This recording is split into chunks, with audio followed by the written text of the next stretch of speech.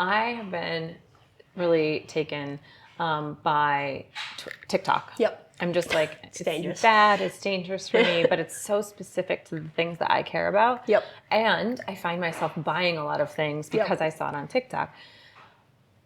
I think I would probably do the same thing in a CTV environment. Yep. I love the fashion on Emily in Paris. Yep. Right? Maybe I want her coat or her hat or whatever. Yep. Are we going to get to a point where that's more tied together? Great question. Definitely. I think that's what CTV's been really, really interesting and cool, to me at least, in the last couple of years.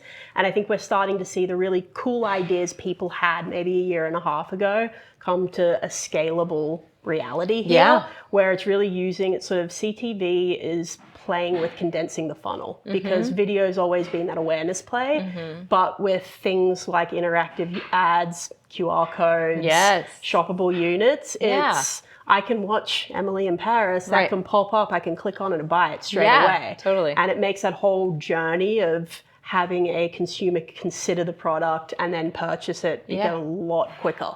So I think it's something that's only going to keep developing, and the ones who are doing it right and in a smart way are going to, I think, see a lot more value out of their media investment. They're going to be able to do a lot more than they used to do. Yeah, absolutely. That makes a ton of sense.